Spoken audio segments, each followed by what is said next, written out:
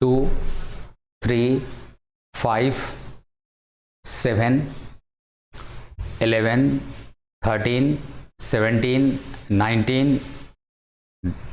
Here you can see simply the rest of the elements here, like 13, 17, 19, 23, 29, 41, 43, 47, 59, 53, 61, and so on.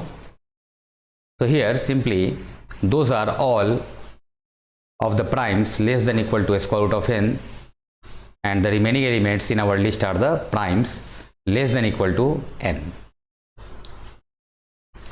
So we got total 1, 2, 3, 4, 5, 6, 7, 8, 9, 10, 11, 12, 13, 14, 15, 16, 17, 18, 19, 20, 21, 22, 23, 24, 25.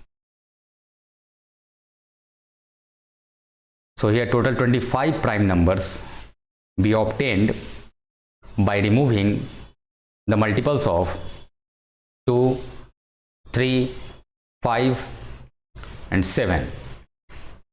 Those are prime numbers and we are not including 1. So here we got total 25 prime numbers between 1 to 100.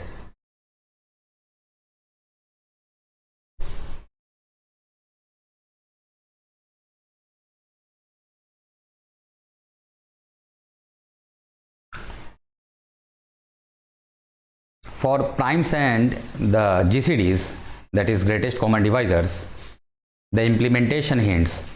The first, don't need to do cancellation for primes larger than square root of n. Use a Boolean array. Actually we have not started Boolean algebra, so we will continue there this concept also. So use a Boolean array instead of integers. The indices store the integers for free. Initialize elements to true, set to false to cross out.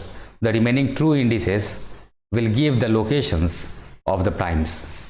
For the bold, do not need to consider even numbers aside from 2, so can save storage by only tracking the odd numbers.